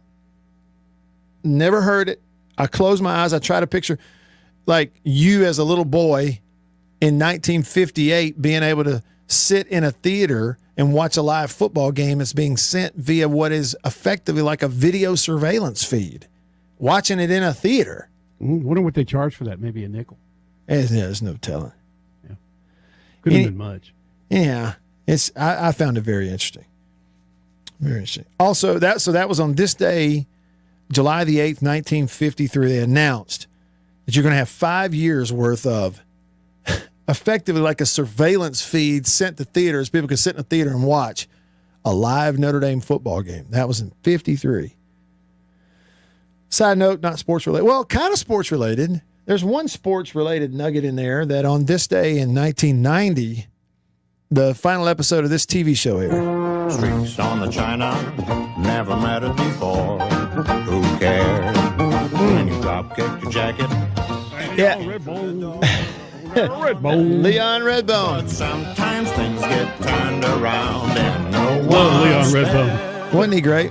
Just look out below. This is Mr. Belvedere. Mr. Belvedere's final episode this day, 1990. And the sports nugget is that Bob Uecker was an actor on this show. He was the dad. That's right. Really funny character, in fact. Right down in the front row. Yeah, good old Mr. Belvedere. Mr. Belvedere. Leon Redbone. Man, what a great What a singer. voice. Huh? Great voice. This day, 1990, the final episode of Mr. Belvedere aired with Bob Uecker, who then went right back into the broadcast went booth right down to the front row. with the Milwaukee Brewers. Just a bit outside. Just a bit of dynamite drop-in money. That broadcast school really paid off. It did. Here, have a drink. One hit. That's all we got. One hit. That's great. The great Bob Uecker, thank goodness. He's not still doing their games, is he? Well, like part-time. He doesn't do Part-time, them- okay. He doesn't I do was gonna every say. game every year like he was all there for He a is while. But really good at what he does. yeah, and just so funny. I mean, look, if you're a sports fan and you want to have a good laugh and you haven't had a good laugh at this recently, just trust me and do it. Get out there and just get on YouTube and type in Bob Uecker funny moment and the stuff that he's done over the years. And the thing he was so funny and witty. They'd bring him on the Tonight Show as a regular, treat him like a guest, and the whole thing was about how terrible he was as a baseball player. The whole thing's funny. You know, Yeah, because just- he was bad. He was a catcher. He was terrible. I don't think did he really ever get out of the bullpen? Look, he did. Okay. He actually had at-bats in the majors. He actually hit a home run or two. So, like, compared to the rest of us, he's pretty good. Yeah, fair to me, yes. I never played. It's just he had a really sub-average major league career, and so he used that to make himself a punchline, and therefore everybody loved to hear from him because his jokes were so funny. He's just basically like a comedian post baseball, but then a great actual broadcaster too. So he's got to check all that out. Well, let's check this out. We've got time. Let's go ahead and start it now. We'll see how many we get through. We got 3 teams to do today on our countdown of 90 teams in 90 days. Shoot this thing! Set your watch for 90. It won't be long. 90 days, Jerry!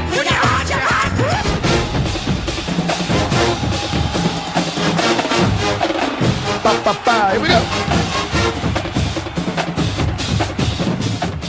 All right, team number 58, 5-8. Team number 58 on the countdown from Conference USA is...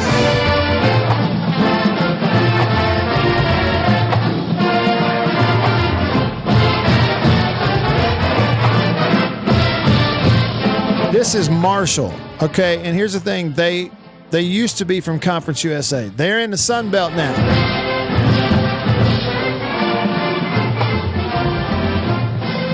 Yeah, the Fighting Randy Mosses. Y'all forgot that Randy Moss went to Marshall, didn't you? Forgot that.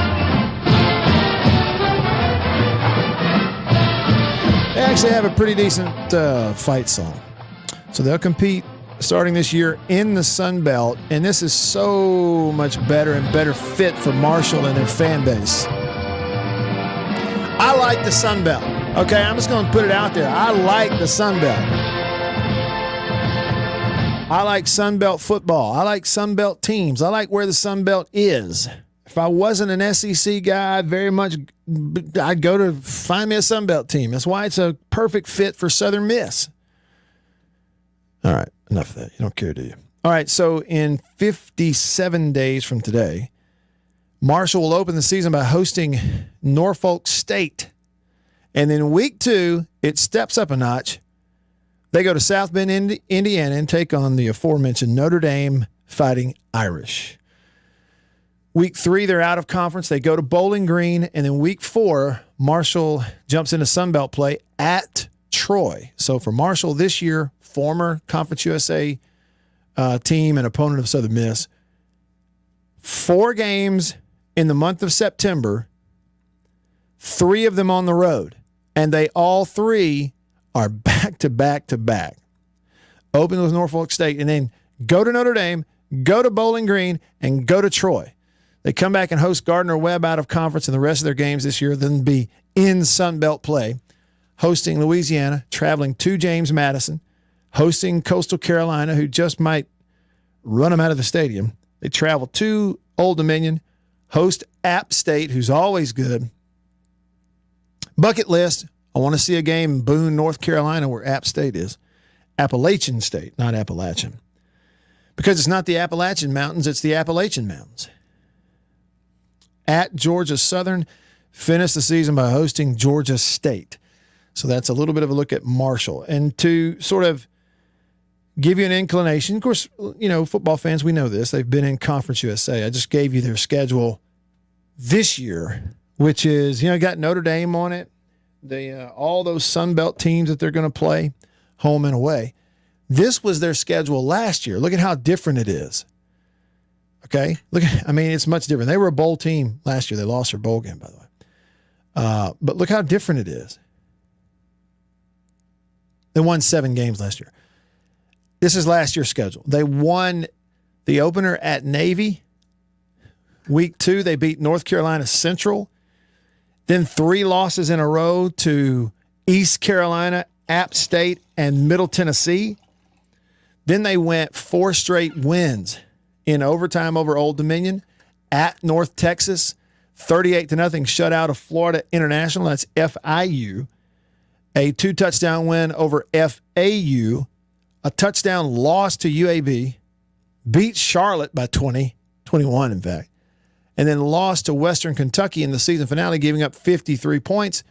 Played against Louisiana in a bowl game in a New Orleans Bowl and lost it 36-21. That was Billy Napier's last game as a head coach at Louisiana, or Lafayette, as it were. So much different in terms, and it's just, you know, for their fans, they're up there in Huntington, West Virginia. This is a much better fit. It really is. Okay, today's team is team number 57, because today we are 57 days away from the first Saturday in September, the first big openings Saturday of college football. So here it is, team number 57.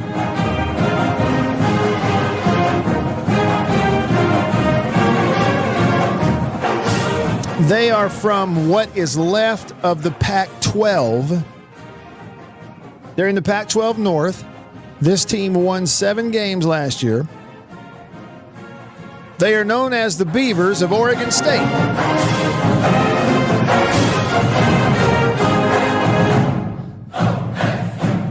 OSU and this and that and the other. All right, so Oregon State, they are the Beavers. I have lobbied for the last couple of years they ought to change their nickname because they were moving their football field house to build some new stuff and uncovered woolly mammoths buried underground right underneath where the football facility is in Corvallis, Oregon. That is not made up. So they should definitely now go from being the Beavers to being the Oregon State woolly mammoths. Listen to this. I got some cheers going on.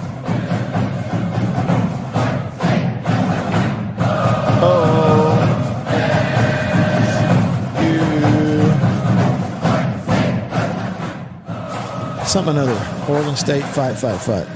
So they were 7-6 a year ago at Oregon State out in the Pac-12. We'll look it up here. They finished 3rd in their division, the Pac-12 North, last year. It's not bad at all. I mean, like for their resources and their size and where they are, they've always had a knack for overachieving. It's just they've had a few down years also, but have produced some big-time players. And last year, they got off to a great start. They lost the season opener at Purdue by 9, 30-21, and then reeled off 4 wins in a row. Beat Hawaii, beat Idaho, beat the tar out of the USC Trojans in Los Angeles, 45-27. Followed that up with a 3-point win over Washington. So 2 Pac-12 Blue Bloods fall back-to-back weeks last year to Oregon State. Oregon State's 4-1. Here we go, right? Wrong. 4-1 start. They immediately lost 3 of their next 4. That's how it goes, right? They lost on the road by a touchdown to Washington State. They did beat Utah, put up 42 and beat the tar out of Utah, but then lost to Cal and Colorado, both on the road back-to-back, and the Colorado game was overtime. They beat Stanford and Arizona State. Both of those are home. Played a great game against number 11 Oregon last year at Oregon in the season finale. Lost that one by 9, 38-29. And then just didn't play well in their bowl game. They were 7-5 regular season. And lost to Utah State in the Jimmy Kimmel LA Bowl, presented by something else. Who cares? But anyway, so 7-6, their record a year ago. So for Oregon State this year, this is this year's schedule. Let's just be reminded, Pac-12 still intact for now.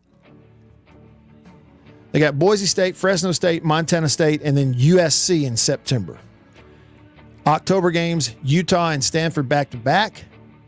Washington State, Colorado at home back-to-back. And in the last month, November, Colorado, Washington, Cal, Arizona State, and they will host Oregon this year in their rivalry game.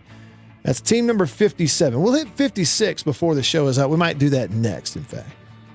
What's this song, Bill? Little Deuce Coupe. Little Deuce Coupe on National Car Appreciation Day. More to come. Stick around.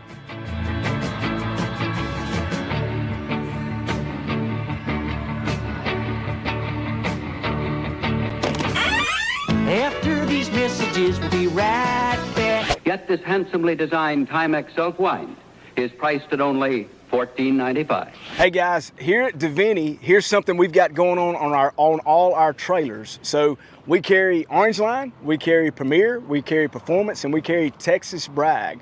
So all different sizes, shapes, configurations, from 20-foot trailers to dump trailers to 12-foot trailers, 10-foot trailers. We've got it all here at Davini. We not only sell trailers outright, but we also have a rent-to-own program. You guys could come in, 10% down, no credit check. You can leave out today with a trailer at a low price, monthly payment, no credit check at all. So you guys come check out our trailers.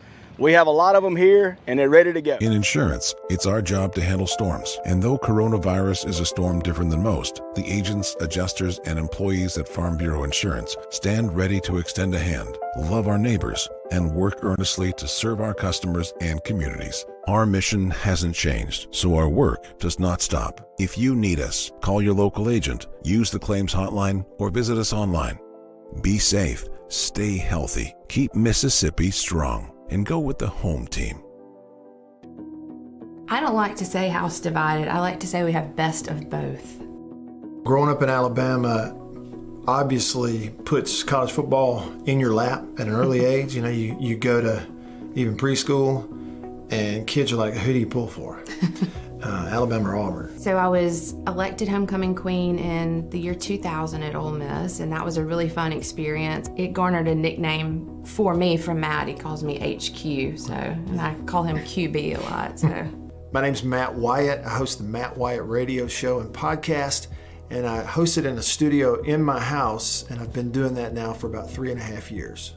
We used to have cable. And the biggest issue was when there would be a disconnect, and at times it would do that. I'd be mid-sentence, we're in this big discussion about some ball game, and it's gone. Annabeth can tell you, my excitement was genuine when I started seeing the C-Spire trucks up and down the street. And like a kid on Christmas morning. He's like, did you see that? C-Spire is in the neighborhood. So the day that he installed that, I started uploading. And I watched those 6 audio files go, just one after the other. And it's taken away a lot of the little stressors that would add up. And it's just made everything better. Thanks, Bill. Thank you very much. Thanks, Homecoming Queen. Good to see you. Country Pleasing sausage. It's the best I've ever eaten, and I believe you'll feel the same way if you try it. Some of my favorite flavors are jalapeno and cheddar, pepper jack and green onion, and of course the original smoked sausage flavor. Look for Country Pleasing in grocery stores and Walmart all over the Southeast and online at countrypleasing.com. New King James Bible, Matthew chapter 4. What is a follower of Jesus? Matthew chapter 4, 18 and 19. Terry Fant, the pastor at Hickory Ridge, said this, and I think he's exactly right. Verse 18, and Jesus, walking by the Sea of Galilee, saw two brothers, Simon called Peter, and Andrew his brother, casting a net into the sea, for they were fishermen. Then he said to them, follow me, and I will make you fishers of men. They immediately left their nets and followed him. Follow me, and I will make you fishers of men. So if you and I are following Jesus, what does it mean to be a follower of Jesus? We're following his teachings. We're studying that. We look to him for everything. We understand who he is, the magnitude of what he is and what he's done for us. But he says, follow me and I will make you fishers of men. And kind of like Terry said, if you're not fishing, you're really not following. Think on that today. .net. Do you crave your sports? It's often difficult to satisfy that special hunger. Not here, because you've got Matt Wyatt. Oh, I am starving. Don't worry, he's got a menu full. On the Zone 105.9 and worldwide at thezone1059.com. Come on.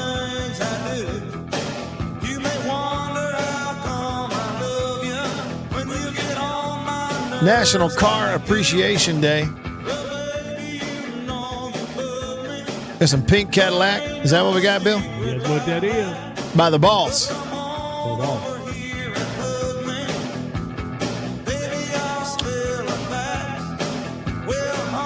That's him. National Car Appreciation Day. We've had a car-filled show. It's fun.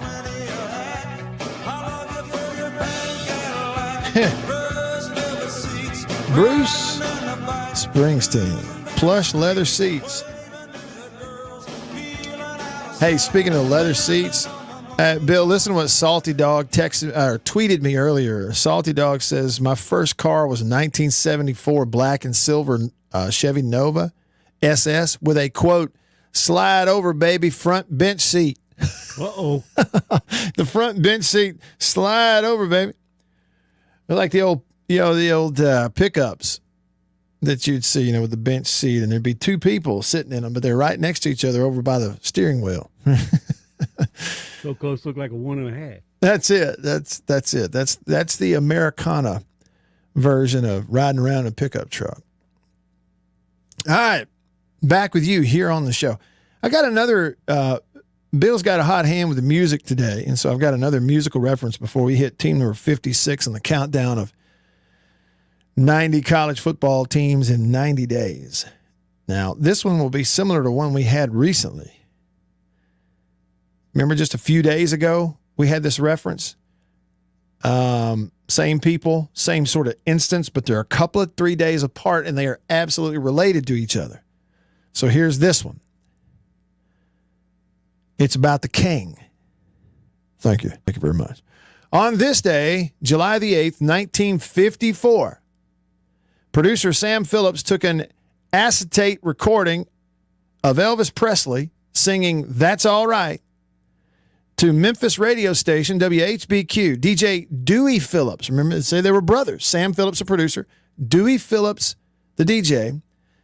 Dewey Phillips played the song just after 9:30 that evening on July the 8th, 1954, and the phone lines lit up asking the DJ to play the song again. Here it is.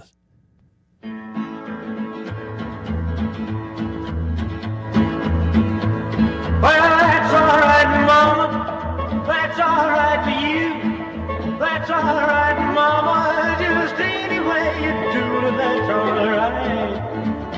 That's all right. That's all right, my Mama. Any way you do. And the phone lines lit up. You'll remember just a few days earlier, like around July the 4th or around about July 5th, is when Elvis Presley was at Sun Studios in Memphis. Producer Sam Phillips was there. Elvis was goofing off, started singing this. He said, "Can you do it again?" Yeah.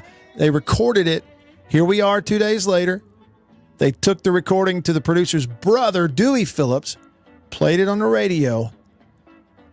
And the rest is history. And the rest, as they say, is history. They wore that acetate out that night. I think it turned white. They played it so much. They played it so much. So the first time it played was on this day, 1954. That started the whole thing. And Dewey Phillips was the number one disc jockey in Memphis at that time. Right. So, like, if you get him to play your song, you got a chance. Hey, Bill, how about this? Annabeth told me yesterday that apparently the kid who played Elvis in this recent Elvis movie, who played the little kid Elvis, toured the Elvis birthplace in Tupelo yesterday. All right. Yeah, she saw something about that. I had no idea. Yeah, I got to see that movie. Definitely want to see that movie. So there's your Elvis reference for today. All right, let's hit team number 56. That'll be tomorrow. Today is 57 days to the first Saturday in September. Tomorrow will be 56. So tomorrow, Saturday, we're not on the air. We're going to go ahead and hit it today. Of our countdown. Woo, shoot this thing! Set your watch for 90. It won't be long. 90 days, Jerry!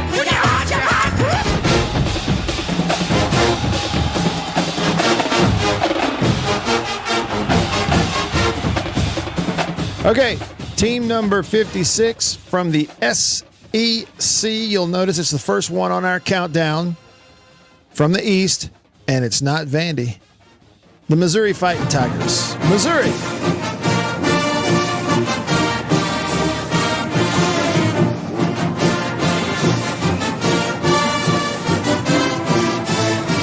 All right, here's what we're going to look at here. And there's one familiar name who may, in fact, be their quarterback. We'll see how it works out in fall camp. Missouri was 6-7 overall a year ago. They were 3-5 in the regular season in the SEC. 3 SEC wins. We'll take a look and see what they did.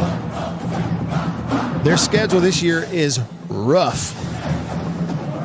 I don't know. I mean, it's whatever. It's not as bad as the West, but it's not easy. Missouri is going to start the year by hosting Louisiana Tech on Thursday, September the 1st. It'll be a night game on ESPNU. Thursday, September 1st, Missouri versus La Tech. That'll be a season opener. Week 2, Missouri will travel to Kansas State for an 11 a.m. game. Week 3, it's Abilene Christian from Texas. They'll host. And then week 4, they jump into SEC play. They go to Auburn on the last Saturday in September. Auburn will host Missouri. The October game, so they'll start October after the Auburn trip by then hosting Georgia. Then they'll travel to Florida. So when you look at that 3-week stretch from last weekend in September and then starting the month of October, it's road game in Auburn, home game Georgia, road game Florida. That's going to be a tough little stretch. They get a respite. They're going to host Vandy and travel to South Carolina at the end of October. Somebody asked me the other day, said, what's South Carolina going to be this year? And I know that they have Spencer Rattler, who transferred in there at QB, and, you know, a young coach. They were a little better, but right now it just seems like South Carolina is very loud, like on social media and stuff, but I'm not sure they're going to be all that much better, to be honest with you. So Missouri goes to South Carolina. And then you look at the 4 games for them in November. It's hosting Kentucky, traveling to Tennessee, hosting New Mexico State, before hosting Arkansas Thanksgiving weekend. 2:30 CBS game, already slated. How about that? So that's probably the Friday? That'll be the Friday on the 25th. You might look that up and see if I'm right on that. But that's their schedule this year. So in terms of opposite division, they play Arkansas every year. It's a season finale for Missouri. And this year, Auburn rotates on. That'll be a road trip for for Missouri. Last year, the 6 wins in the regular season, they did get to play in the postseason and lost to Army in their bowl game. Lost by 2 to Army in the Armed Forces Bowl. Wins last year, the 6 wins for Missouri last year, Central Michigan, Southeast Missouri State, beat North Texas, got their first conference win over Vanderbilt, beat South Carolina at home, and then beat Florida at home in overtime. Lost to Arkansas pretty bad in the season finale. That was their wins last year. The thing is, Jack Abraham, former Oxford High School quarterback, former starting quarterback at Southern Miss, who transferred to Mississippi State and didn't get to play there, got hurt last year, concussion issues, is now at Missouri to compete for that starting quarterback job. The kid who had played for him the last couple of years at QB transferred out. So I don't really know what their situation is, but we're going to see. This will be the 3rd year at Missouri for Elijah Drinkwitz. He's 11-12 overall so far at Missouri after 2 seasons. So let's look at the offense for Missouri. What did they say here? This is College Football News previewing their offense. Did they mention, quarterback situation, unsettled but stronger. Connor Bazelak has moved on. He's now at Indiana. He transferred to Indiana. So they got a kid named Brady Cook who stepped in, was pretty solid against Army in a bowl game. They got another kid named Tyler Macon at quarterback at Missouri. They have a super recruit named Sam Horn, who, again, big-time win for them in recruiting. Most talented of the bunch, probably, but brand new. And you know how that goes. Just because you're talented, if you're brand new, it's hard for you to win it. They tried to go get JT Daniels, who was transferring out of Georgia, but they couldn't get him. They've gotten Jack Abraham in the mix also. So when you look at it, so Bazelak has moved on. He's now at Indiana. So it's a kid named Brady Cook who played some last year. A prospect named Tyler Macon hasn't played. A brand new kid who was a big recruit named Sam Horn hasn't played. And then Jack Abraham, who has played a lot of college football and completed a lot of passes, but didn't play this past year. He was at State and didn't get to because of the head injury. So all those guys in the mix to try to be Missouri's starting quarterback. Pretty interesting scenario up there. And I would think that there's a chance for Jack Abraham, if he stays healthy, to go win that job. All right. I'm Matt in the Bureau. When we come back, it's the last segment of the week, and it's a chance to catch up. We normally do it on Thursday, but we'll do it today. We catch up with Terry Fant, pastor at Hickory Ridge Baptist Church, and answer some Bible questions. That's coming up next here on the show. I'm Matt in the Bureau, the Farm Bureau Insurance Studio. Stick around.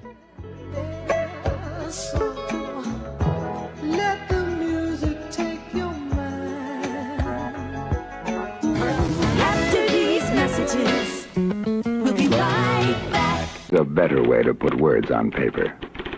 A remarkable electric typewriter, the IBM Selectric. This is what makes it different. An ingenious printing element that works faster than the eye can see. What is a follower of Jesus? Matthew chapter 4, 18 and 19, verse 18. And Jesus, walking by the Sea of Galilee, saw 2 brothers, Simon called Peter, and Andrew his brother, casting a net into the sea, for they were fishermen. Then he said to them, "Follow me, and I will make you fishers of men." They immediately left their nets and followed him. Follow me, and I will make you fishers of men. We look to him for everything. We understand who he is, the magnitude of what he is and what he's done for us. But he says, follow me, and I will make you fishers of men. And kind of like Terry said, if you're not fishing, you're really not following. Think on that today. The IBM Selectric is versatile too. From many different snap-on, snap-off elements, you can select the best type style for the job and be ready to type again in seconds. Country Pleasing Sausage. It's the best I've ever eaten, and I believe you'll feel the same way if you try it. Some of my favorite flavors are jalapeno and cheddar, pepper jack and green onion, and of course the original smoked sausage flavor. Look for Country Pleasing in grocery stores and Walmart all over the Southeast and online at countrypleasing.com. My favorite coffee in the world is from High Point Roasters in New Albany, Mississippi. My friend Dan the Coffee Man and his crew keep me caffeinated with the best flavors and blends that you're going to find anywhere, like Campfire Blend, Magnolia, and the classic New Albany Blend. Try it. Go to highpointroasters.com today and order some. You won't regret it. Hey guys, it's Jonathan over here at Davini. Just going to show you a new tractor we just got in. So not only do we offer a full line of Kubota, New Holland, Toro, new equipment, we also carry lots of used stuff. So we just got this one in. This is a Kubota M7060 low hours, even got Bigfoot on the side of it. Not only new stuff, we do carry a lot of used equipment that goes through our shop, save some money, from buying something new. But check us out on our website, www.davini.com. We keep a full list of everything we've got used on there, as well as some new specials too. But yeah, check us out, man. Check us out if you guys are looking for something used. After these messages, we'll be right back. In insurance, it's our job to handle storms. And though coronavirus is a storm different than most, the agents, adjusters, and employees at Farm Bureau Insurance stand ready to extend a hand, love our neighbors, and work earnestly to serve our customers and communities. Our mission hasn't changed, so our work does not stop. If you need us, call your local agent, use the claims hotline, or visit us online. Be safe, stay healthy, keep Mississippi strong, and go with the home team. My name's Matt Wyatt. I host the Matt Wyatt radio show and podcast, and I host it in a studio in my house, and I've been doing that now for about 3.5 years. We used to have cable, and the biggest issue was when there would be a disconnect, and at times it would do that. I'd be mid-sentence, we're in this big discussion about some ball game, and it's gone. Annabeth can tell you, my excitement was genuine when I started seeing the C-Spire trucks up and down the street. And like a kid on Christmas morning. He's like, did you see that? C-Spire is in the neighborhood. So the day that he installed that, I started uploading, and I watched those 6 audio files go, just one after the other. And it's taken away a lot of these, the little stressors that would add up. And it's just made everything better. Thanks, Bill. Thank you very much. Thanks, Homecoming Queen. Good to see you. Hot Rod Lincoln.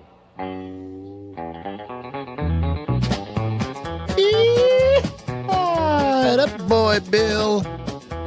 Have you heard the story of the hot rod race with the Fords and Lincolns was setting the pace? Today is National Car I was driving that Model A. Appreciation Day. National Car Appreciation Day.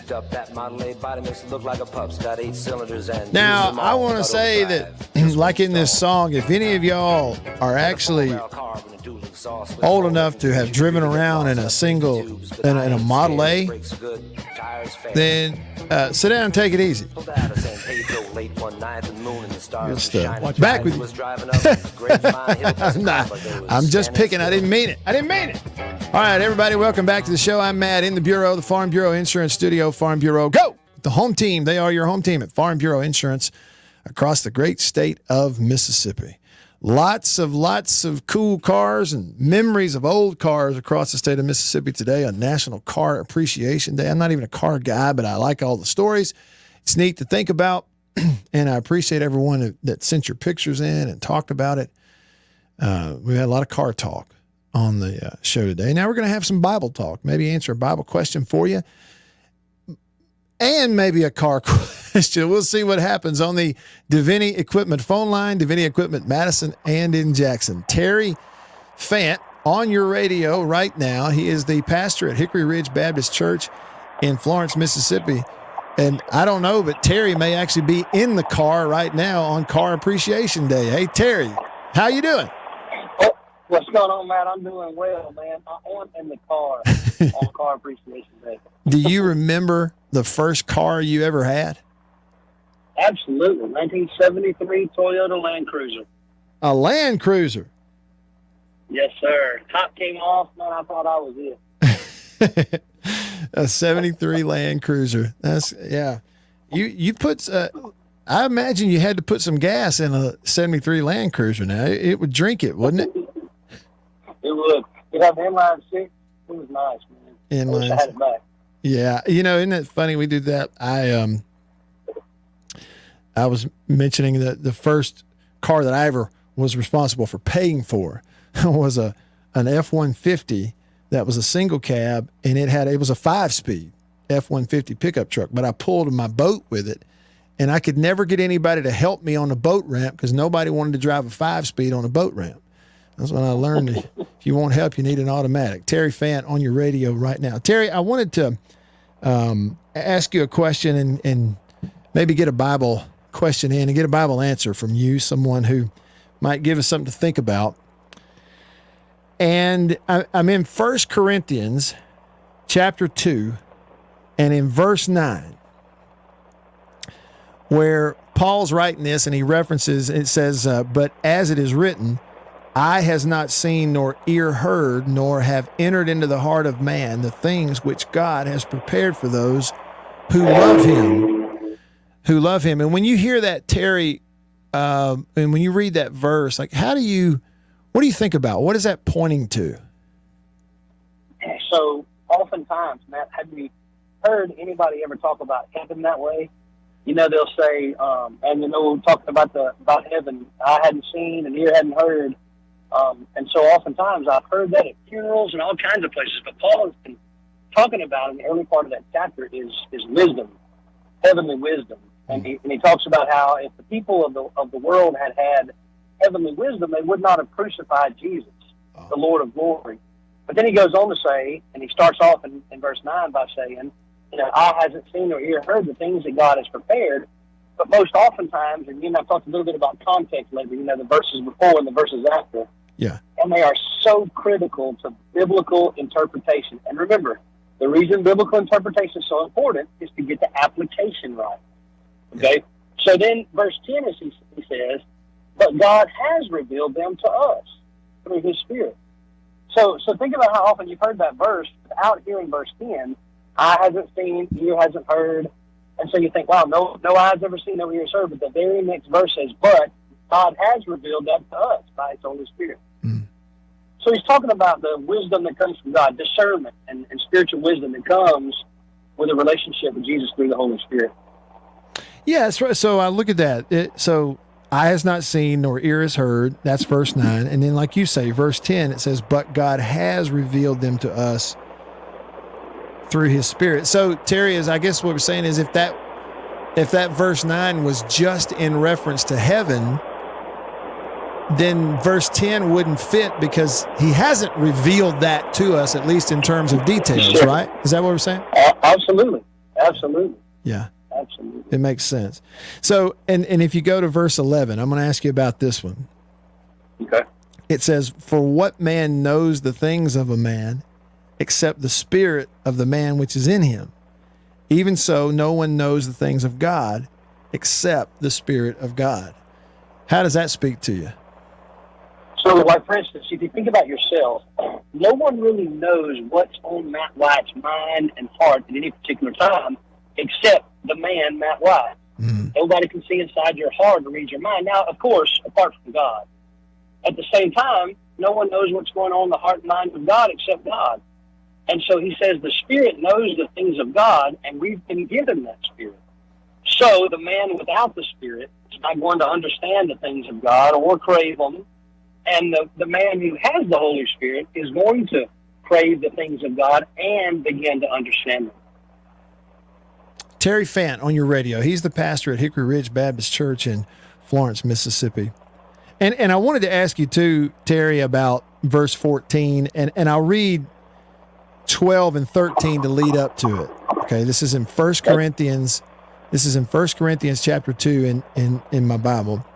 Verse 12 said, now we have received not the spirit of the world, but the Spirit who is from God, that we might know the things that have been freely given to us by God. Then verse 13, it says, these things we also speak, not in words which man's wisdom teaches, but which the Holy Spirit teaches, comparing spiritual things with spiritual. So here's verse 14. But the natural man does not receive the things of the Spirit of God, for they are of foolishness to him, nor can he know them because they are spiritually discerned. So that's sort of making the point, but how would you explain that verse 14? So again, as we're thinking about the ways of man versus the ways of God, have you ever tried to approach somebody who maybe's never heard of God or has no relationship with him, and maybe they hear you in a conversation talking about somebody who has offended you or hurt you or harmed you, and you're in conversation talking about how you have forgiven them and how you hope for the best for them and how you hope that God blesses them and shows them a better way. Well, the person who's eavesdropping, so to speak, on the conversation who doesn't have the Spirit of God, he'll look at you like you've got three heads. You know, because he doesn't have the Spirit of God to help him discern the things of God, such as forgiveness, unconditional love, serving people just for the sake of glorifying the Lord. Those kind of things don't make any sense. I'll give you another, for instance. A number of years ago, our church was obviously relatively smaller, and we were in a building campaign. We were trying to raise money to buy some land and build a new building. And at the same time, we went on a mission trip to the Dominican Republic, and there was a need there to build a church. God pressed on my heart and some of the other leadership's heart that we should take a considerable amount of money and give it to them to help them with their needs. So we did that. I had some men come to me and said, that's just not good business practices. And I said, you're exactly right. It's spiritual practices. And what we found out, Matt, after that, we honored God by giving and following the Spirit's leadership there. It didn't make good business sense, but it made great spiritual sense because the Spirit led us that way. And the next month or so, we took up an offering, for His glory offering, and it was about 5 times what we had given away. It was the most amazing thing to see God do that. But the natural man, it didn't make any sense to him. Right. Terry Fan on your radio. So if someone's listening, Terry, and they say, hey, you know, Brother Fant, there are a lot of times that I read things, Old Testament and New Testament. I read them, and I have a hard time understanding. What should I do when I run up against that? What do you tell somebody when they just ask you that simple sort of, when we're talking about application of what's in Scripture? If they say, sometimes I read stuff that I don't, have as much understanding of, how do you address that with someone who asks that of you? A couple things. I tell them first, when I sit down every morning to spend a little time in the Scripture, I begin by praying, Lord, I don't have the capacity to understand what I'm about to read. And so I need your help to understand. So I always say, first of all, pray for understanding. Secondly, sometimes it's not necessarily a spiritual thing that you're misunderstanding. It's a cultural or a historical or a literature, part of the literature where it's written that you're misunderstanding. So in those cases, I say it's always good to have a good study Bible, a good Bible that has some notes about the verses to help you understand the context so that you try to understand through the historical context and through the literary style. Sure. That makes a lot of sense. And then, of course, it's always really good to be part of a church. God gave us the church as a benefit. Help us to understand. We have people around us that we can ask questions. Right. Someone that they can go to that they trust, that may have some experience. That makes a lot of sense. Kind of like me calling you on the radio saying, hey, explain this to me. I mean, it's maybe just another example of it's not what you know, it's who you know. Boy, that can get deep in a hurry. Terry, be safe on that road, man. I really appreciate it. And I thank you again for answering some Bible questions for me. Thank you. Thank you, Matt. All right. Talk to you soon. That's Terry Fant. He's off into the weekend. I'm off into the weekend. Bill is too. Happy National Car Day. Be safe on the road. And Bill and I will reconvene with you on Monday here in the Farm Bureau Insurance Studio. See you then. See